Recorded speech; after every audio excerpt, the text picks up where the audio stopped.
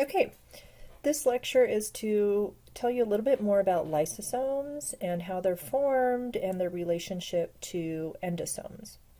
The background of this slide is just to remind you that both of these components are part of the endomembrane system.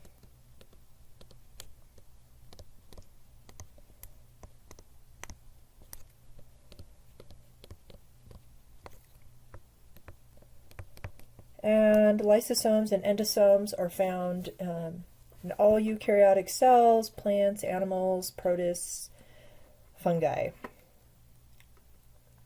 Remember that lysosomes are single membrane, and they're kind of the digestive sacs of the cell. So they're shown here as these dark blobs. If you look here, you can see your mitochondria. They have special ways to stain lysosomes, and you can see that they're similar in size to mitochondria. So this staining actually allowed scientists to distinguish these as a different vesicle from the mitochondria due to the enzymes inside. Right? So the enzymes inside a lysosome are called acid hydrolases. Okay. So this is the big category, and on the next slide I will show you some specific examples. Acid hydrolases, by the name, hydrolase means it uses water to break bonds.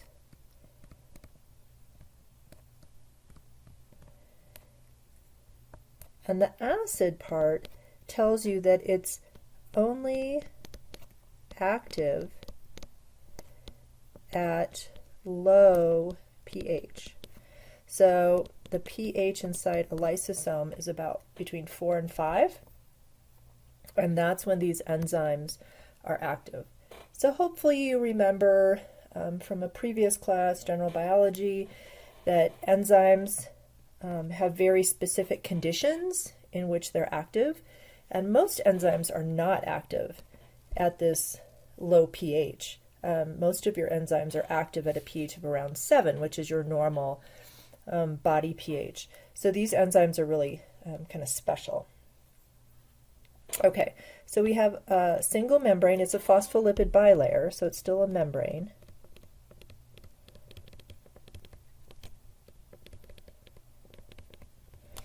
And it surrounds these enzymes. And another term I want to make sure you remember is whenever we talk about the inside of something, that's called the lumen. So we talked about the lumen of the ER being continuous with the inside of the nucleus. You may have talked about the lumen in chloroplasts. So anytime we're talking about the inside of something, in general, it's called a lumen. All right, so this is another drawing of lysosomes. You can see that when it's a lysosome, the pH is low.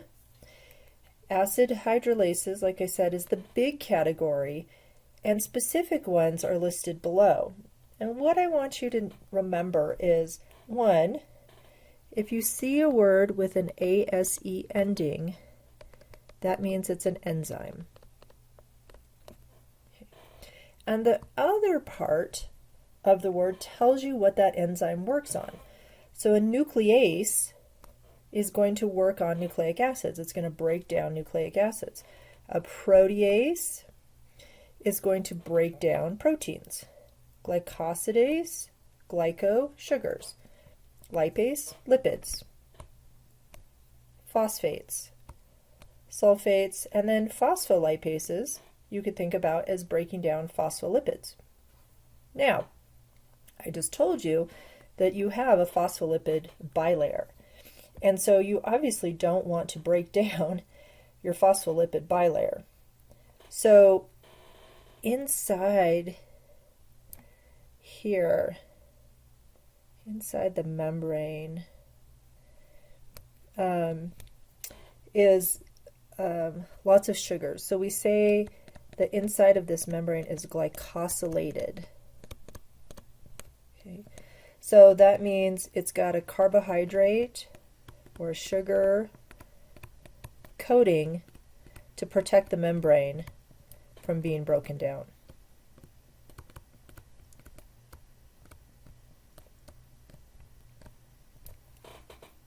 Okay. What else did I want to say? So again, the low pH is important to activate these acid hydrolases. Outside in the cell, in the cytosol, you can see that the pH is much higher, 7.2. The last thing I want you to see is that lysosomes use an ATPase, which means something that uses ATP for energy. And what this ATPase does is it moves hydrogen ions, H+,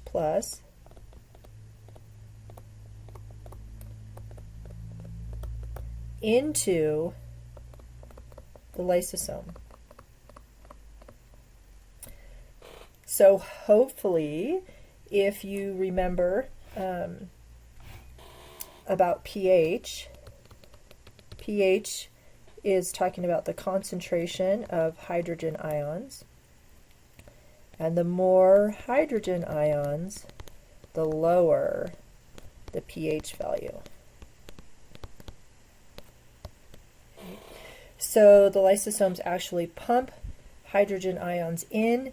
That lowers the pH from, say, 7 to 5, and then these enzymes are activated.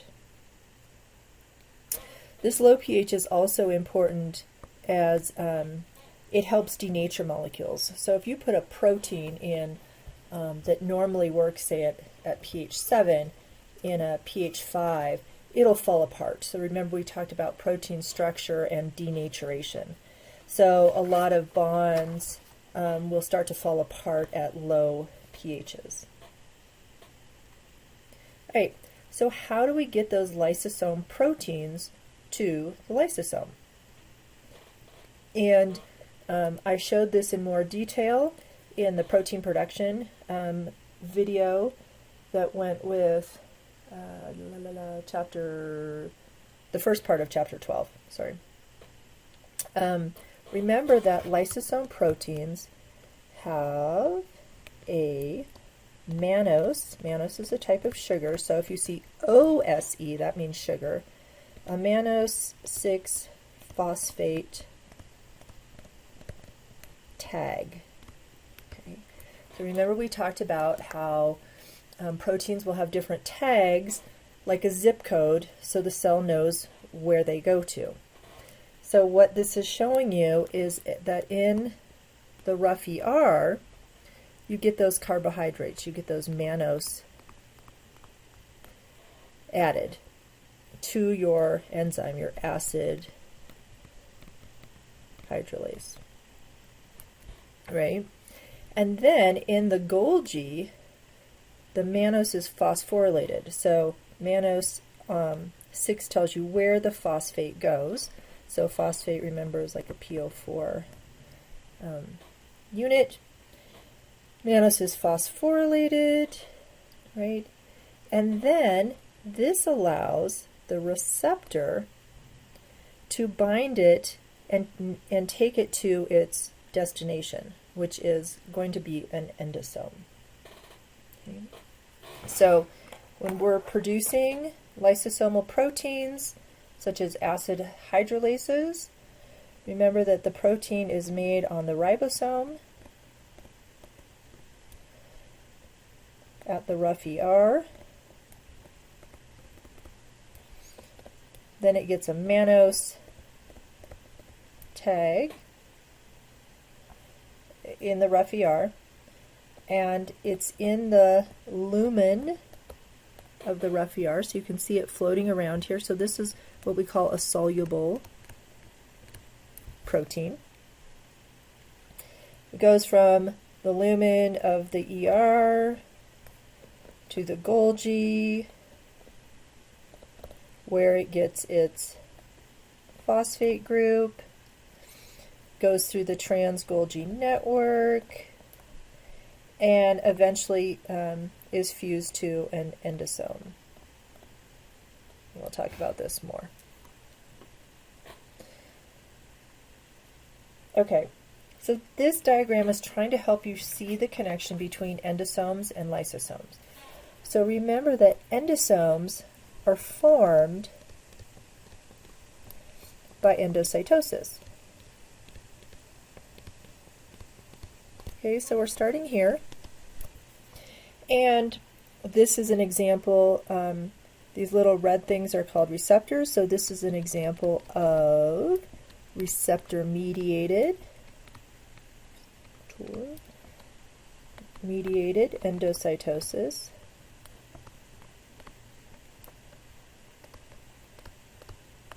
Okay. So whatever this little green blob is, it's been taken into an endocytic vesicle, so endocytosis is happening. And that endocytic vesicle becomes what we call an early endosome. So we're just going to follow this pathway down the page right now. So the early endosome, oops, sometimes you will see it in diagrams just represented by EE. This is fusing with vesicles from the trans-Golgi network. So what this part of the diagram is showing you is in the little red squares, these are our acid hydrolase enzymes.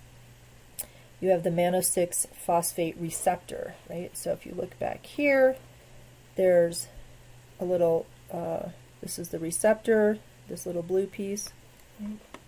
So they're showing you as a blue kind of thing like that. So here's our trans-Golgi. So our acid hydrolase has its signal on it. It is being moved to fuse with the early endosome.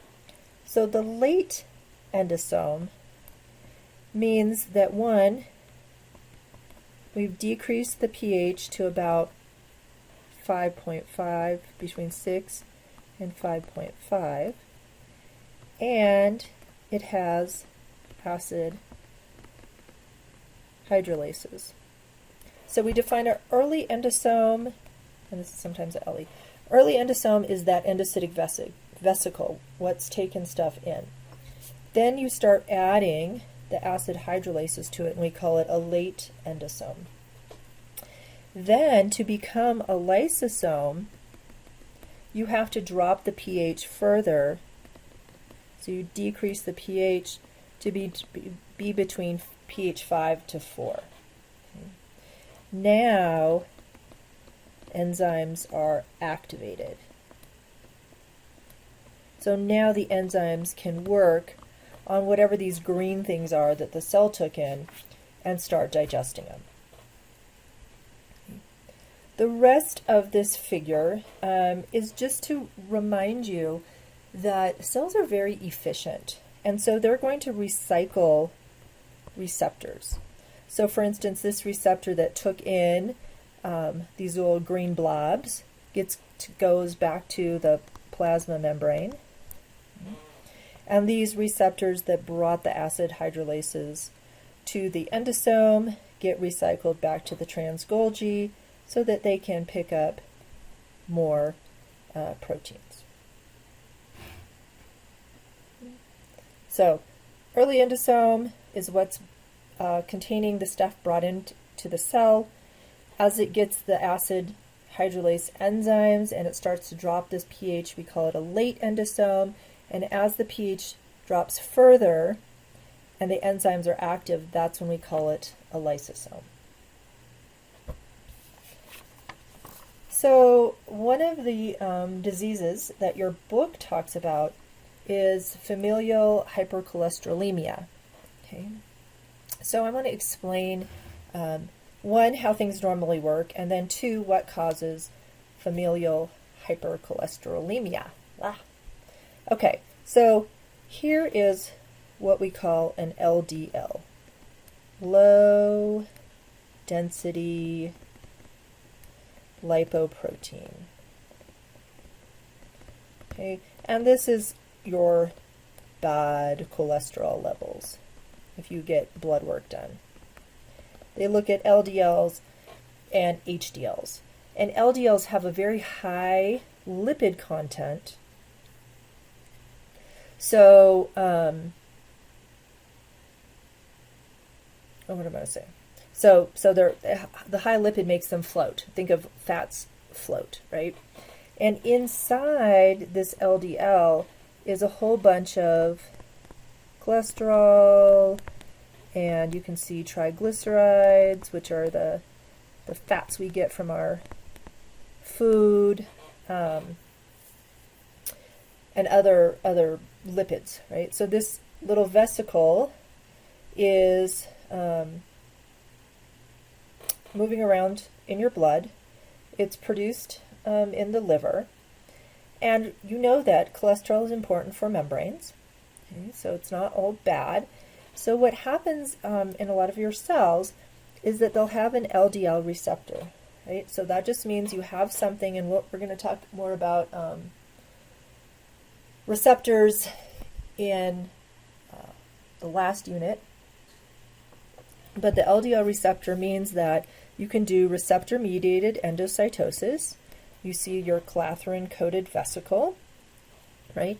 And so this is very specific. So these receptors bind these LDLs, they bring them, you uncoat, you lose the clathrin, and you fuse with an endosome.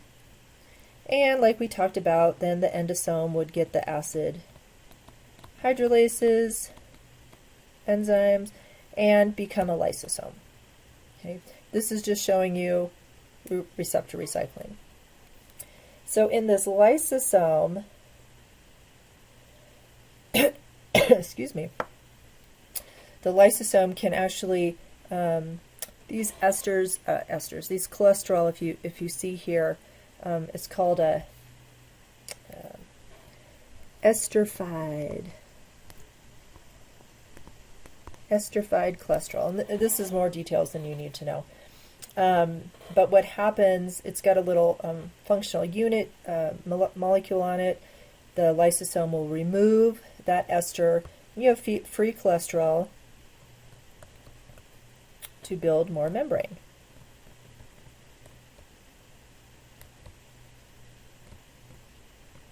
Okay, so that's how it normally works. And here, ApoB100 is the protein that the receptor recognizes. So remember, hopefully you remember a little bit about receptors. They're very specific, that the LDL receptor recognizes. Okay, so what happens with people with familial hypercholesterolemia is that they have a mutation in this LDL receptor, which means that they cannot bring these low-density lipoproteins into their cells for digestion and use of cholesterol. And so the body is continuously making more and more cholesterol in the liver because the cells aren't having enough cholesterol for their membranes. And you know cholesterol is important for membrane fluidity. Okay. What happens to these low-density lipoproteins is they're floating around, and if this is your, say, artery, and you want this blood flow, right, to, let's see if I can, wait, I can draw it 3D, we'll see. So this is your artery, and you want your blood to flow through it. Right. Well, if you have, put them in, if you have a bunch of these LDLs that start to stick to your arteries, instead of being removed by your cells, it can block your arteries. So you get a decrease in blood flow that can cause death, heart attacks, tissue damage. So again, people with FH have a mutated LDL receptor. So they can't clear these lipids out of their bloodstream, and it builds up and reduces the amount of blood flow that's going through your arteries. Statins are a drug that helps decrease the synthesis of cholesterol in the liver to try to decrease the amount of these LDLs floating around. This is an autosomal dominant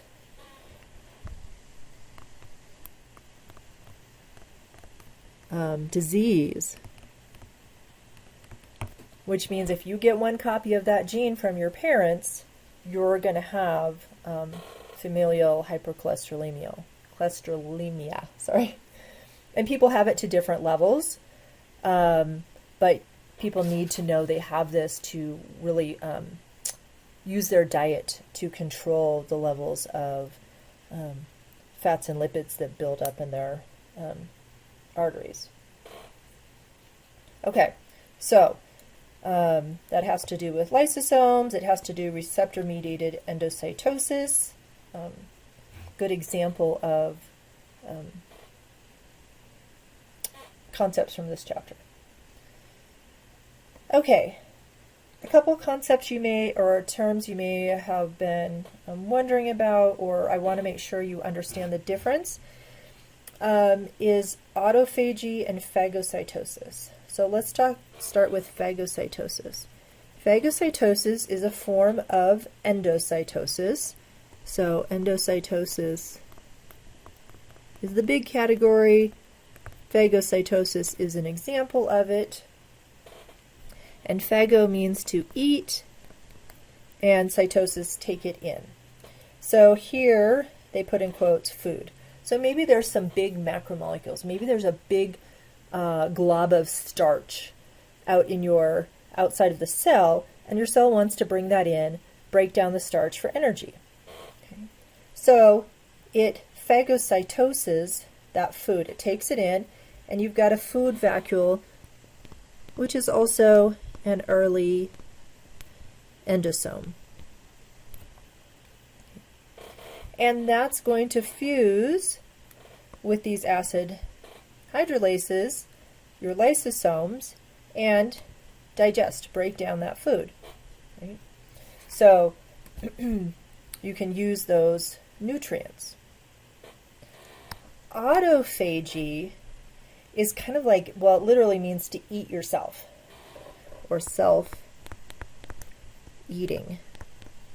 So auto means self, like automobile technically moves by itself. I mean, it's not totally true, but it has a motor, it can move. Okay, so autophagy means self-eating. So this autophagy is for internal molecules, organelles. This is showing a lysosome taking in a damaged mitochondria and digesting it, breaking it down. Most of the time when you're looking at images, they're just going to call it a lysosome, right?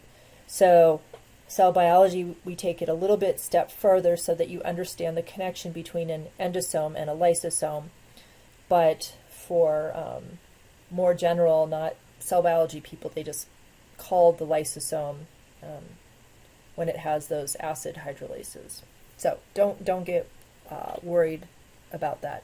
They're just making it a little simpler. So autophagy is for internal molecules, organelles. Phagocytosis is for things that are external and then brought into the cell.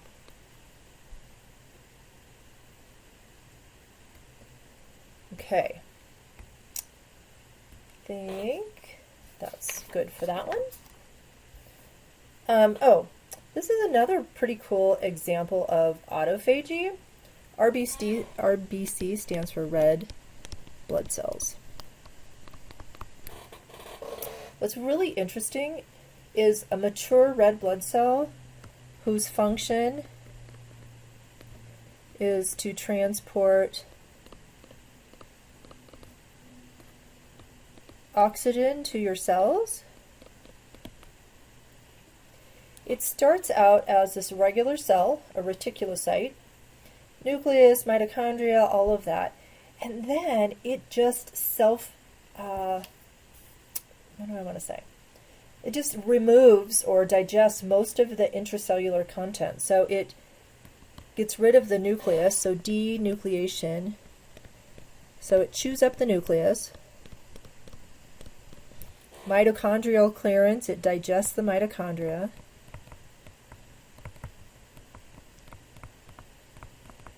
And this is all through the process of autophagy. So self-eating, and then you get this mature erythrocyte. This is your red blood cell. And it really becomes just this transport cell to move oxygen and other things around to your cells. So that's, I think, kind of cool. All right. So what happens to the contents of a lysosome? So for instance, as this red blood cell is maturing and digesting all of these parts, what happens to those parts? Well, a lot of, and not necessarily in the red blood cells because they're not really making things anymore. They don't have DNA, so they can't make any new proteins. That's also why your blood has to be replenished, because as those red blood cells get old, they can't repair themselves. They don't have any more genetic information.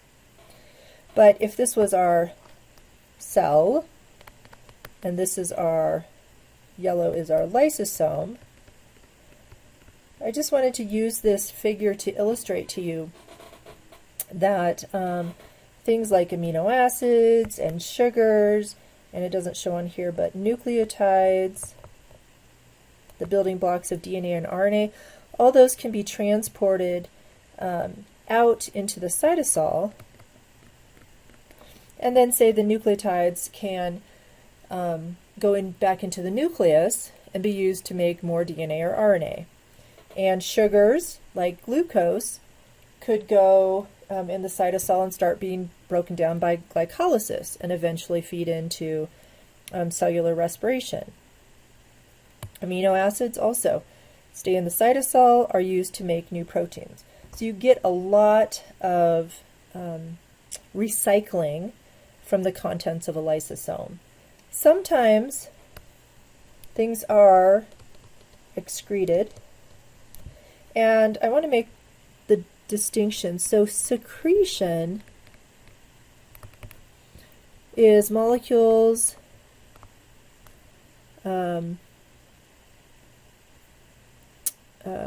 moved outside of the cell. Let me add this.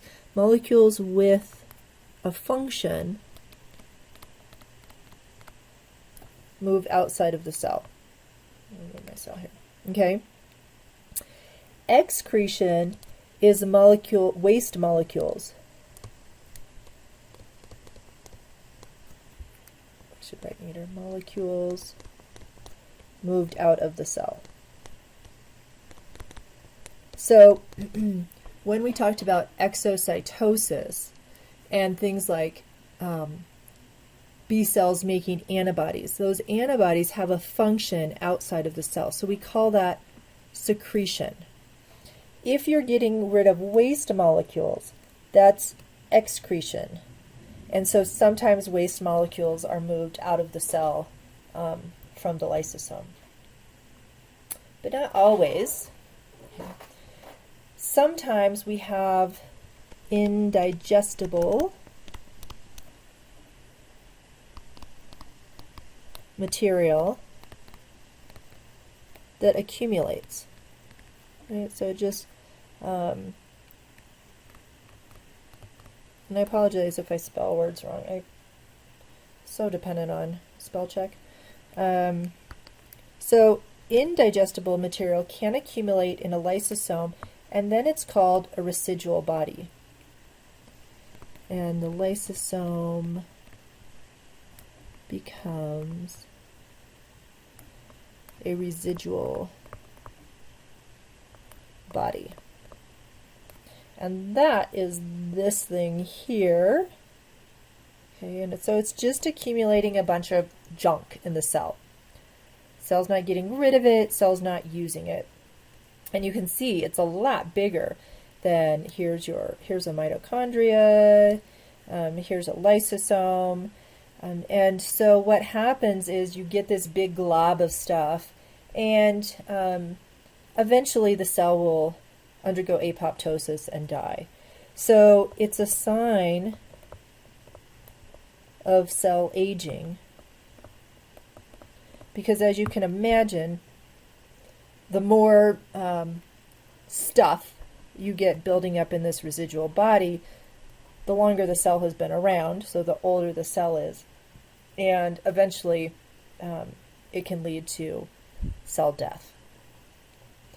A side kind of note for residual bodies is sometimes the material from a residual body is actually released into the extracellular space, so outside the cell, and cells of the immune system can come pick it up.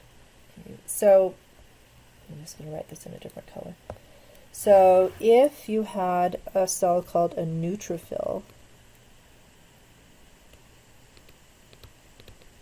this is part of your immune system, and the neutrophil might do phagocytosis and digest, say, bacteria in your cell, in your system. So removes and digests, for example, bacteria, something foreign, right? So it breaks it down with the lysosome,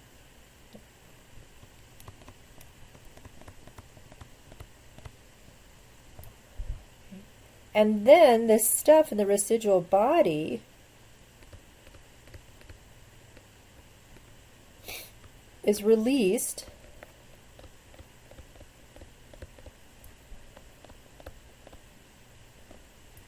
outside of the cell,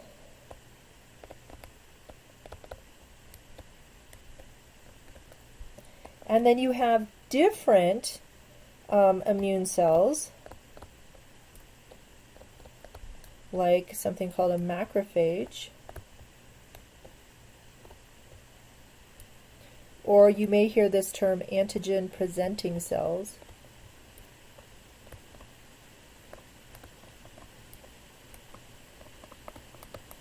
They will take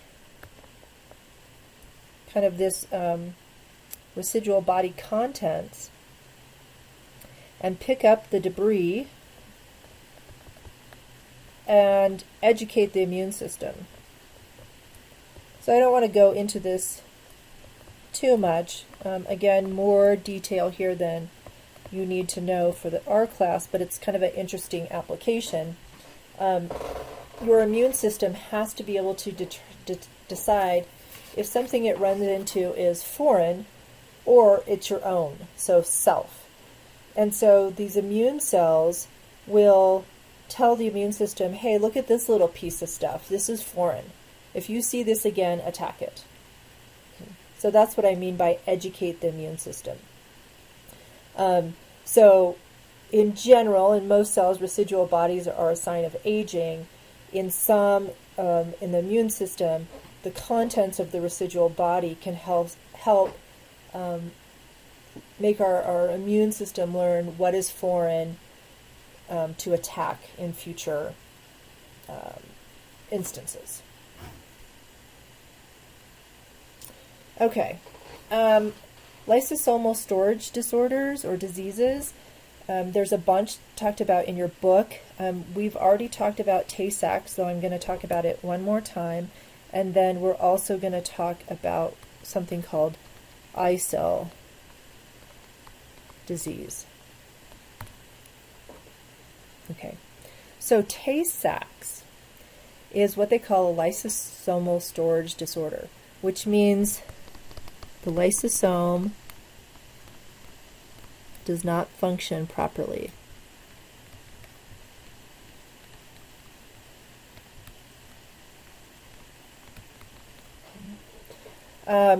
Again, more information than you need to know, but sometimes it's kind of nice to know those details, really helps you understand. So the mutation, the gene for this enzyme called hexaminidase A is located on chromosome 15, and people with Tay-Sachs have a 4-nucleotide insertion. So you may have learned about insertion mutations, and this alters the reading frame. Right? So now you have all these amino acids that are messed up, and you have this early stop codon. So this leads to a non-functional,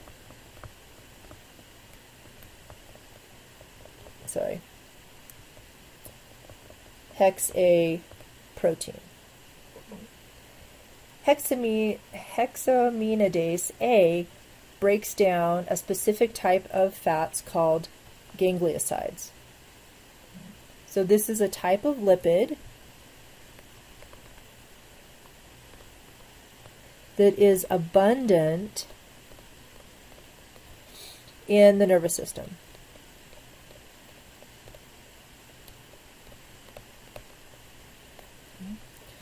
So what happens is the lipid cannot be broken down in the lysosome, and it accumulates. And the lysosomes kind of fill up. Think of that residual body, and then it can lead to cell death. So we talked about Tay-Sachs in Chapter 7. And I have posted a PDF from that chapter just so you have easy reference for it. And this is just another illustration of Tay-Sachs. So this is healthy.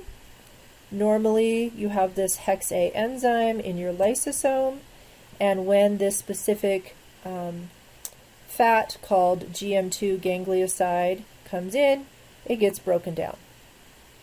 So if your child has Tay-Sachs disease and they can't break down the GM2 ganglioside because of the mutated enzyme, then what it's showing you is that this, the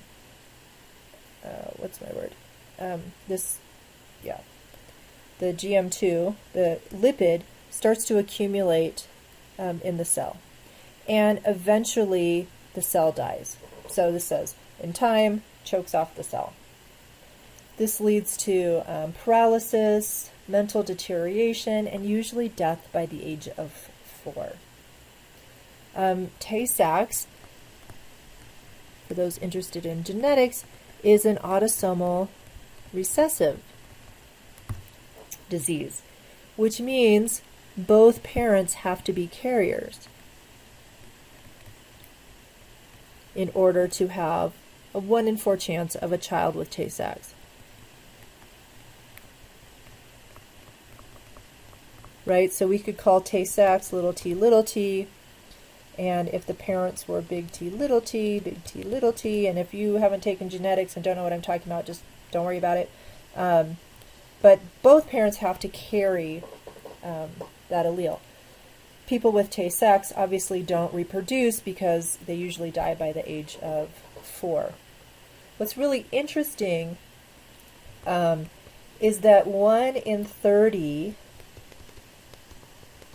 people of Ashkenazi Jewish descent will carry this recessive allele. So I'm going to write it down here. So 1 in 30 of Ashkenazi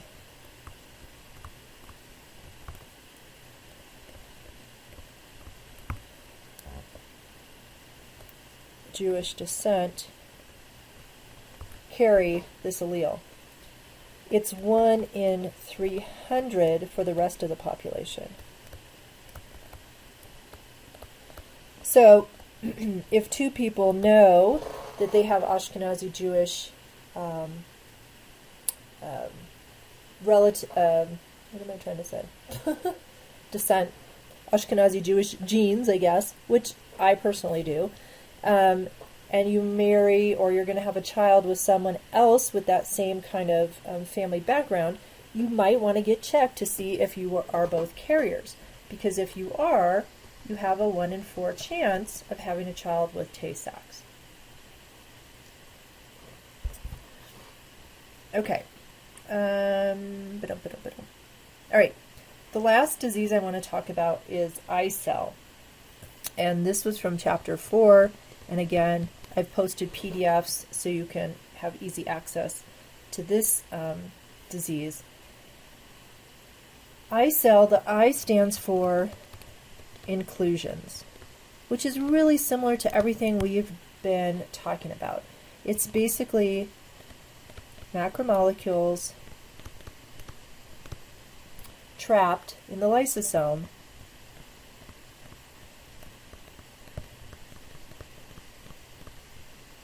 waiting for digestion. So this image is showing you all these big swollen lysosomes. So this big black thing here is actually, excuse me, the nucleus.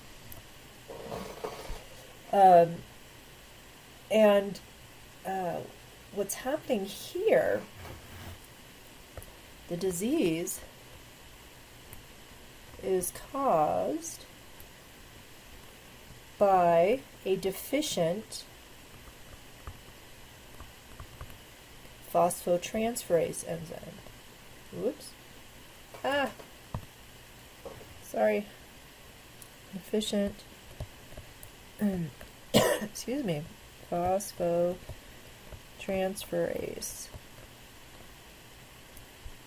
So it's an enzyme, and it transfers phosphates. So you might remember, if we jump back here, here, for a lysosomal protein to be targeted to the lysosome, it needs this specific tag, mannose 6-phosphate. And you get the phosphate in the Golgi. If you have a defective enzyme that can't put on this phosphate, then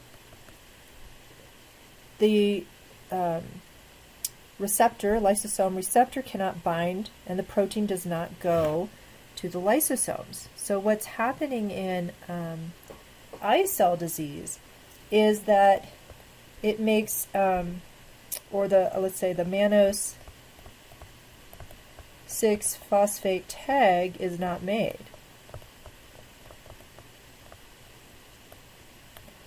Therefore, my little triangle, if you remember that, therefore, no phosphate, no targeting of acid hydrolases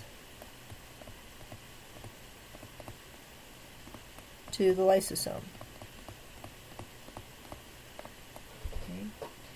And what actually happens is the lysosomal proteins are secreted from the cell.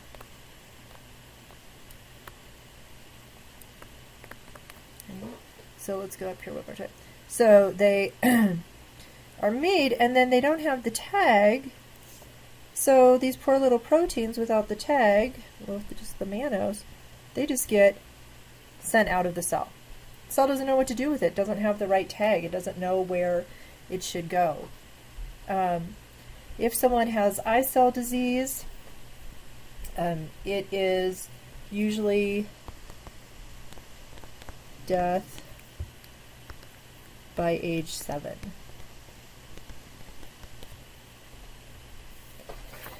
So, lysosomes, super important. I want you to understand a couple different diseases that are related. Tay-Sachs relates to the actual lysosome not functioning. Eye cell disease relates to the proteins not being targeted correctly, and so you can't digest waste, or the cell can't digest waste. All right, I hope that helped you learn a little bit more about endosomes and lysosomes. Thanks.